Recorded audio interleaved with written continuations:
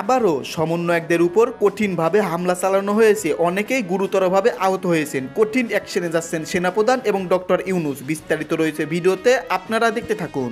ফ্যাসিবাদকে বিদায় করেছি, তখন একদল আমাদেরকে সেই গণতান্ত্রিক অধিকার থেকে বঞ্চিত করার চেষ্টা করছে, একটি ভিন্ন ষড়যন্ত্রে লিপ্ত হয়েছে।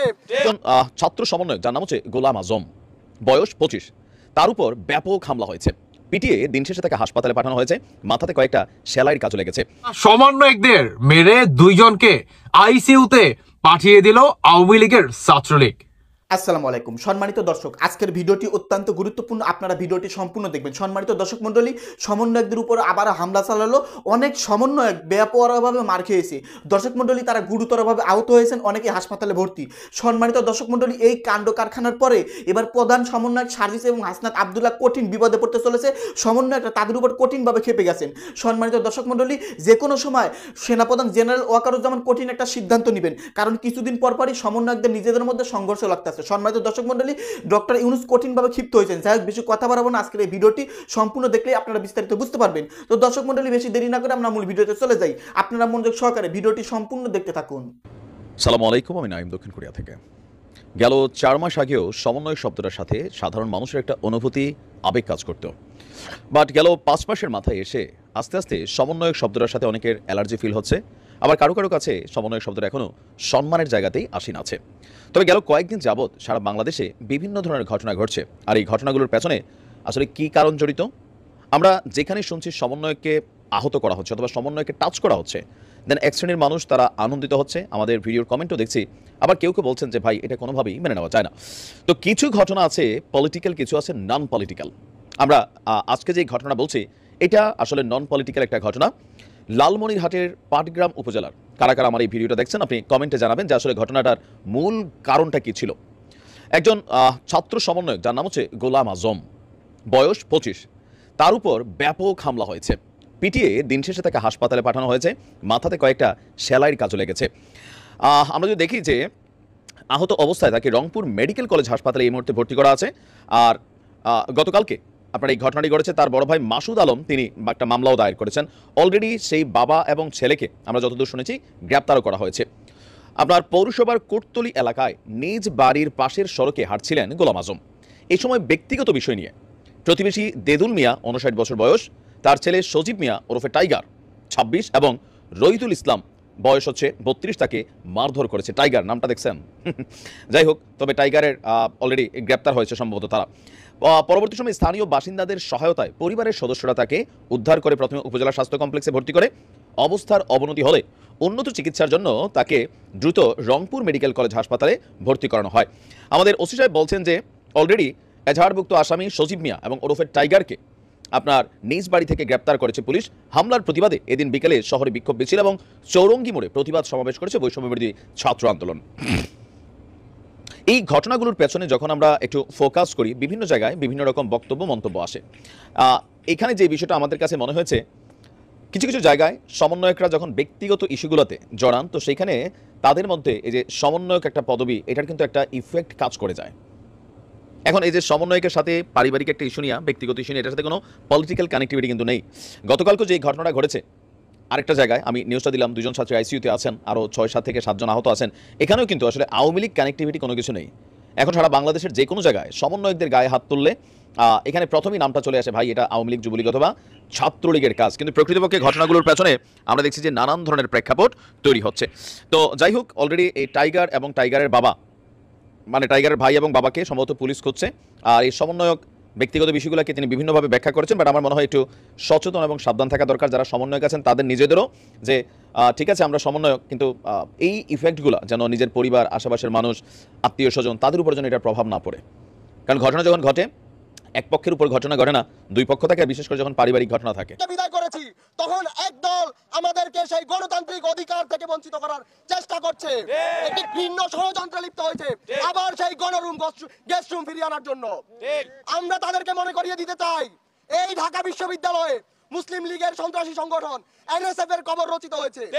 এই ঢাকা বিশ্ববিদ্যালয়ে জাতীয় ছাত্র সমাজের কবর রচিত হয়েছে। এই ঢাকা বিশ্ববিদ্যালয়ে ছাত্রলীগের মতো দানবের কবর রচিত হয়েছে। যদি ছাত্র দল শিক্ষার্থীদের বিরুদ্ধে যায়, এই ক্যাম্পাসে ছাত্র দলেরও কবর রচিত হবে। আমরা ছাত্র দলকে বলতে চাই, শিক্ষার্থীদের বিরুদ্ধে যাবেন না। শিক্ষার্থীদের বিরুদ্ধে গিয়ে কেউ কখনো ছাত্র রাজনীতি করতে পারে না। আপনারা যদি ছাত্রদের নিয়ে রাজনীতি করতে চান, তাহলে ছাত্রদের যে ম্যান্ডেট, ছাত্রদের দাবি দেওয়া অনুযায়ী রাজনীতি করেন, না হলে টেম্পু স্ট্যান্ডের চাঁদাবাজির রাজনীতি এই ক্যাম্পাসে কখনোই হবে না। সাধারণ শিক্ষার্থীরা কখনোই সেটা মেনে নিবে না। আমরা প্রশাসনের কাছে দাবি জানাই, অতি দ্রুত ডাকসুর যে রূপরেখা সেটি আমাদের কাছে প্রকাশ করুন। আমরা অতি দ্রুত ডাকসু চাই।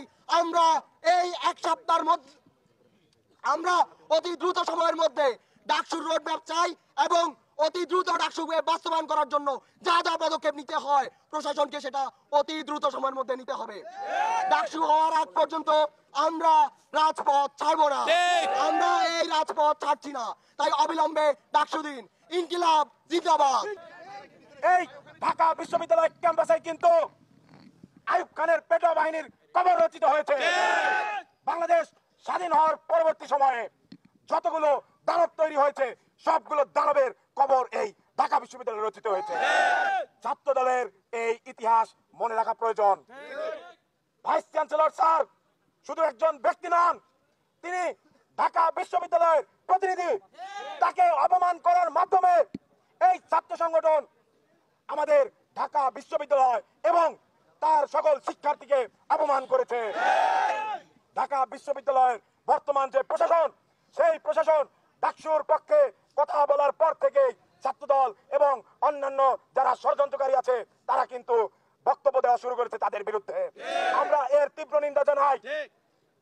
আমরা বলতে চাই, অতি দ্রুত সময়ের মধ্যে ভাইস চ্যান্সেলর স্যারকে মেরুদণ্ড সোজা রেখে তাকে রোডম্যাপ ঘোষণা করতে হবে এবং তার সময়সীমা 72 ঘন্টা মাত্র। 72 ঘন্টার মধ্যে যদি রোডম্যাপ ঘোষণা করা না হয় তাহলে কঠোর থেকে কঠোরতর আন্দোলনে আমরা যাব। আমরা আবরারের ঘটনা দেখেছি, আমরা দেখেছি আমাদের শহীদ ভাই আবু বকরের ঘটনা। আমরা এ ধরনের ঘটনার আর পুনরাবৃত্তি চাই না। 5 আগস্টেই তার বিদায় হয়ে গিয়েছে। আমি দলের নির্বাচনী মেম্বার হতে ডাকসু নির্বাচন দিতে তাদের ভয় কিসের, আমি সেই জিনিসটি জানতে চাই। আর আরেকটা বিষয় হচ্ছে যে এই যে গেস্ট রুম কালচার, গণরুম কালচার, এটা কোন আমলে শুরু হয়েছিল সেই ইতিহাস কি আমরা জানি? তাহলে আমরা কিভাবে ভরসা করতে পারি যে সেই গণরুম, সেই গেস্ট রুম, সেই প্রোগ্রাম আবার চালু হবে না? সুতরাং আমাদের কথা স্পষ্ট, আমাদের অবশ্যই গেস্ট রুম, গণরুম এবং প্রোগ্রাম, যার জন্য আমরা এই আন্দোলনে যোগ দিয়েছিলাম এবং শত শত এই যে অন্যায্যের বিরুদ্ধে আবরার হত্যাকাণ্ড হলো, আবু বকর হত্যাকাণ্ড হলো, এরকমের নিকৃষ্ট আচরণের বিরুদ্ধে আমরা নামছিলাম, সেটা যদি আবার ফিরে আসে তাহলে আমরা যে বাংলাদেশের স্বপ্ন দেখি সেই বাংলাদেশকে আমরা গঠন করতে পারবো না। আমরা এই ডাকসুর জন্য, আমরা আমাদের সাধারণ শিক্ষার্থীদের সুন্দর জীবনের জন্য এবং প্রথম বর্ষ দ্বিতীয় বর্ষ শিক্ষার্থীদের জানো।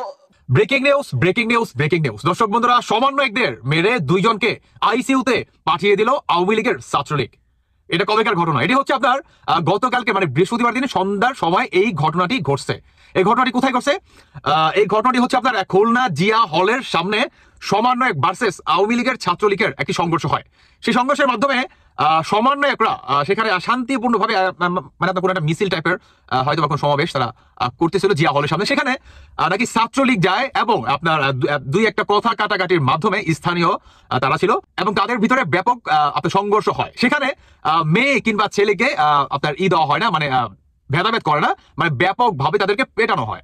এই পেটানোর ক্ষেত্রে আপনার 2 জন কি আপনার আইসিইউতে যায়। তো এই ঘটনাটি কারা ঘটাইছে? উঠে আসতেছে যে আওয়ামী লীগের ছাত্রলীগ। কিন্তু আজকে এসে আপনার এই ঘটনাটি প্রকাশ পেল, মানে সেনাবাহিনী সেটা তদন্ত করে জানালো যে এই ঘটনাটি ঘটছে হচ্ছে সমন্বয়কদের নিজেদের ভিতরে। কেন তাহলে এখানে আওয়ামী লীগের ছাত্রলীগের নাম কেন আসলো? সেটি হচ্ছে আপনার এই ঘটনাটি যখন নাকি আপনার খুলনা নগরীতে আপনার জিয়া হলের সামনে এই ঘটনাটি ঘটে, ঠিক তখন কিছু সমন্বয়করা বলছে যে এখন আমাদের উপরে যে পরিমাণ চাপ সৃষ্টি হচ্ছে বাংলাদেশের প্রতিটি জেলা থেকে বা আনাচে কানাচে থেকে, এখন যদি আমাদের ভিতরে এই সংঘর্ষের কথাটা ফাঁস হয়ে যায় কিংবা মিডিয়াতে চলে আসে তাহলে আমাদের নিয়ে বাংলাদেশের মানুষের যে চিন্তা ভাবনা এটাকে আরো নষ্ট করে ফেলবে। মানে আমাদের এগেইনস্টে প্রতিটি মানুষ কথা বলতে শুরু করবে আস্তে আস্তে। অতএব এই ধরনের কোনো স্টেপ মানে সাধারণ মানুষকে যাতে আমাদের উপরে বা আমাদের বিপরীতে না নিতে পারে সেজন্য আমাদেরকে এই কৌশলটি খাটাতে হবে। কি সেই কৌশল? সেটি হচ্ছে আপনার ছাত্রলীগের নাম দেওয়া। এখন ভাই যখন নাকি সেখানে আপনার তদন্ত করার জন্য কিংবা যে দুইজনকে নাকি আইসিইউতে পাঠিয়ে দেওয়া হয়, সেখানে সেনাবাহিনী যায় তদন্ত করে এবং যে আপনার যে দুইজনকে নাকি আইসিইউতে পাঠাইছে তাদের গার্জিয়ানদের কাছ থেকে আপনার মতামত নেওয়া হয় কিংবা তাদেরকে জিজ্ঞাসাবাদ করা হয়। তারা বলছে যে এটা সমন্বয়কদের নিজেদের ভিতরে। তো এই সংঘর্ষটা কেন সংঘর্ষটা, সেটি হচ্ছে আপনার ক্ষমতা নিয়ে। মানে তুমি আসল সমন্বয়ক কিংবা আমি তোমাদের লিড দিব কিংবা আমি তোমাদের লিডার, আমি হবো সুপারভাইজার কিংবা আমি আদার্স আরো অন্যান্য কিছু।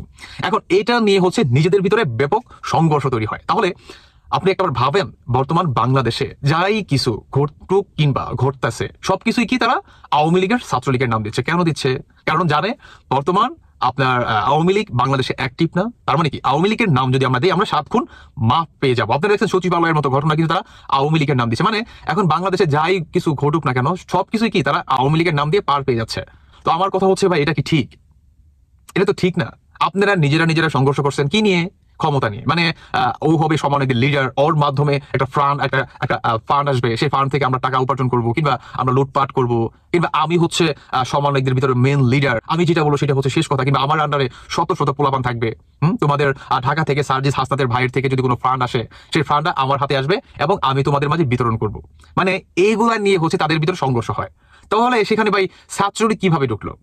আমার প্রশ্ন, ছাত্রলীগ এখানে কিভাবে ঢুকলো? আবার তো কোনো নাই, তাই না? এখানে তো ছাত্রলীগ আসা কোনো মানে নাই, স্কোপই নাই। তাও তারা কি, ওই যে আমি তো আপনাদের পড়িয়ে শোনাইলাম যে সাধারণ মানুষদের মনের ভিতরে তাদেরকে নিয়ে যাতে কোনো প্রশ্ন কিংবা বিদ্বেষ আপনার তৈরি না হয়, একটা সংশয় যাতে তৈরি না হয়, তাদেরকে যাতে ঘৃণা না করে সাধারণ মানুষ, এটার জন্য কি তারা আওয়ামী লীগের নাম দিয়ে বেড়াচ্ছে। তাহলে একটা মানে কথা বলতেই হয়, মানে বলা ঠিক না, তারপর বলতে হয় যে ভাই আপনাদের বউ বাচ্চাকে একটু সাবধানে রাখবেন। কেমন মানে কোন দিন কি হয়ে যায়, দেখা গেছে আপনার 4 মাসের গর্ভবতী হয়ে গেছে, 5 মাসের গর্ভবতী হয়ে গেছে, তখন দেখা গেছে যে কি বলবেন যে ছাত্রলীগ ঘটাই দিছে কিন্তু আওয়ামী লীগ ঘটাই দিছে। অসম্ভবের কিছু নেই।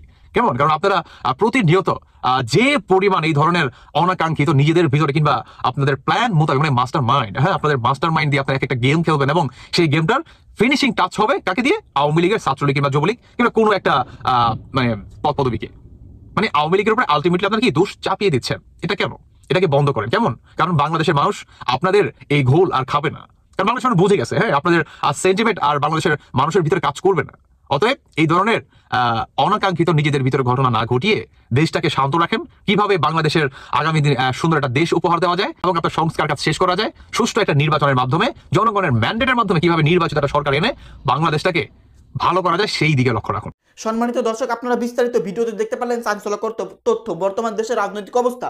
সম্মানিত দর্শক মণ্ডলী, সমন্বয়করা কিভাবে মার খেয়েছে, তাদের উপর কিভাবে হামলা চালিয়েছে, সমন্বয়কদের নিজেদের মুখ থেকেই আপনারা তাদের কথা শুনতে পারলেন, তাদের মনের কষ্ট শুনতে পারলেন। সম্মানিত দর্শক মণ্ডলী, সমন্বয়ক সার্জিস এবং হাসনাত আব্দুল্লাহ এই সম্পর্কে কি বলতেছেন আপনারা বিস্তারিত ভিডিওতে দেখতে পারলেন, চাঞ্চল্যকর প্রতিবেদন শুনতে পারলেন প্রবাসী নাইম ভাইয়ের মুখ থেকে। যাই এ সম্পর্কে নতুন করে কিছুই বলতে চাচ্ছেন, আপনারা কিছু বলতে চান, আপনাদের গুরুত্বপূর্ণ মতামত ভিডিওর কমেন্ট বক্সে অবশ্যই ঝটপট জানিয়ে দিবেন। ভিডিওর সঙ্গে সম্পূর্ণ আকারে থাকার জন্য আপনাদের সবাইকে অসংখ্য ধন্যবাদ।